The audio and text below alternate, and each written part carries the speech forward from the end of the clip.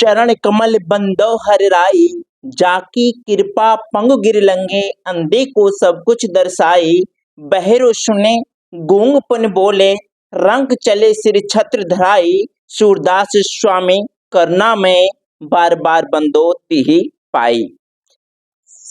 आज आपको हम हिंदी पढ़ाएंगे और हिंदी पढ़ाने के लिए सबसे पहले हम सूरदास जी के पद और सबसे पहले हम एम की स्टडी में आपका हार्दिक अभिनंदन करते हैं।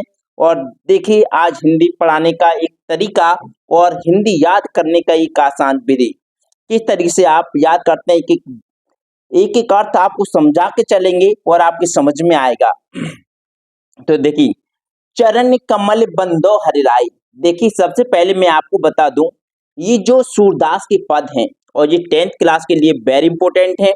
और ये पहला जो पद है चरण कमल बंदो हरिराई।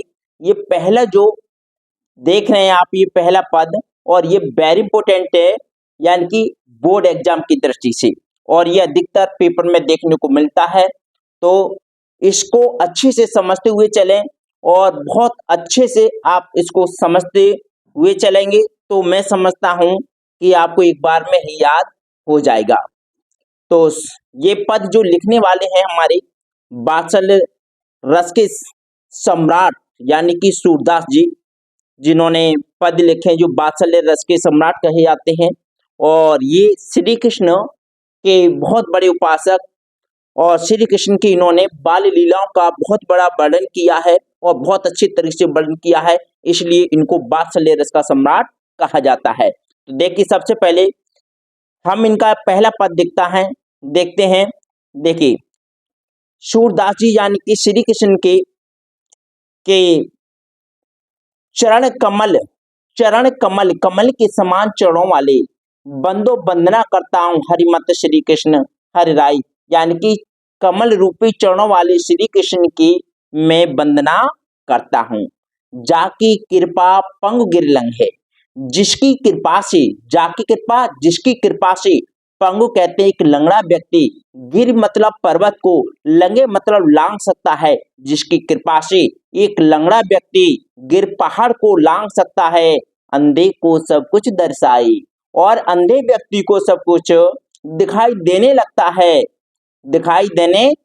है।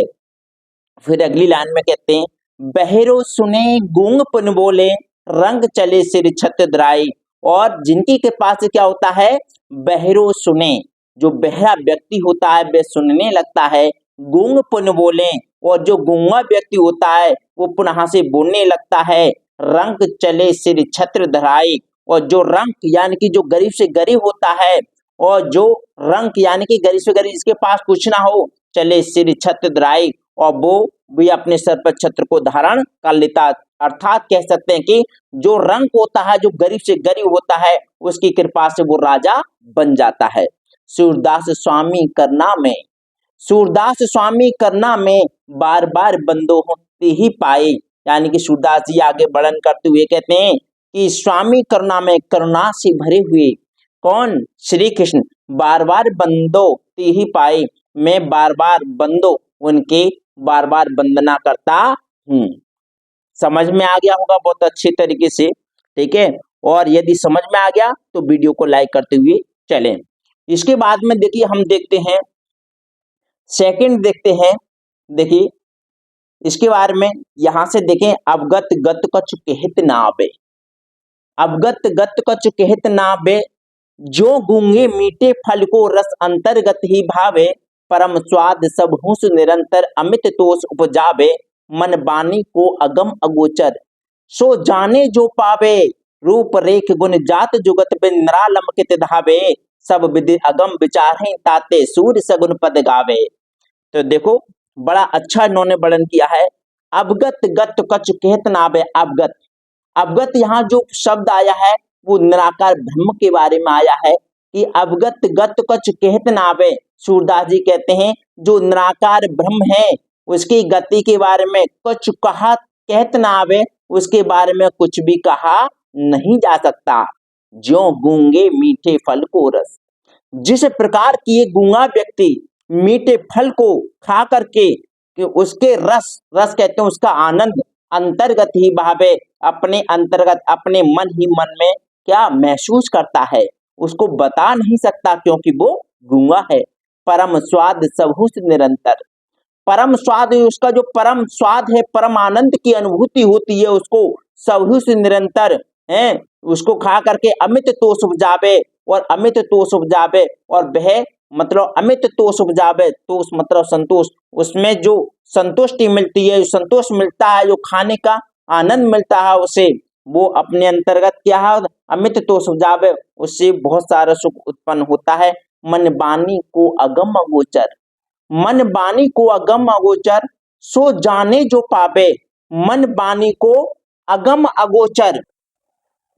यहाँ पर देखिए, यहाँ पर है मन बानी को अगम अगोचर, जो उसके मन बाणी से, मन बाणी को अगम अगोचर, अगम अगोचर का मतलब होता है निराकार ब्रह्म को वाणी से व्यक्त करना कठिन है। मन बाणी को यानी कि निराकार ब्रह्म के बारे में क्या कहा गया है कि इनको जो है, जो निराकार ब्रह्म है, निराकार ब्रह्म को वाणी से व्यक्त करना क्या है, कठिन है, क्योंकि वह सो जाने जो पावे, और वो कैसा है, जो इसे जानता है वही इसको पा सकता है। क्यों कहा गया है, क्योंकि वह बाह्य इंद्रियों की पहुंच से बहुत ज्यादा दूर है, जो बाह्य इंद्रियां हैं उनसे उनको पाया नहीं जा सकता। रूप रेख गुण जात जुगत बिन, रूप रेख जिसका ना तो कोई रूप है, ना रेख है, ना गुण है, ना कोई जात है, ना जुगत बिन, वो तो सबके बिना है। निरालम कित धाबे, और निरालम है, उसका कोई आलम नहीं है, कोई उसका आकार नहीं है, कित धावे, और ये भी कोई नहीं जानता उसके बारे में वो रहता कहाँ है। सब विधि अगम विचारहि ताते सूर्य सगुन पद गावे, सब विधि अगम विचारे, सूरदास जी कहते हैं कि मैंने सब विधि अगम विचारे, मैंने उनको सब विधि सभी तरीके से विचारे ताते, मैंने सभी तरीके से विचार कर लिया है।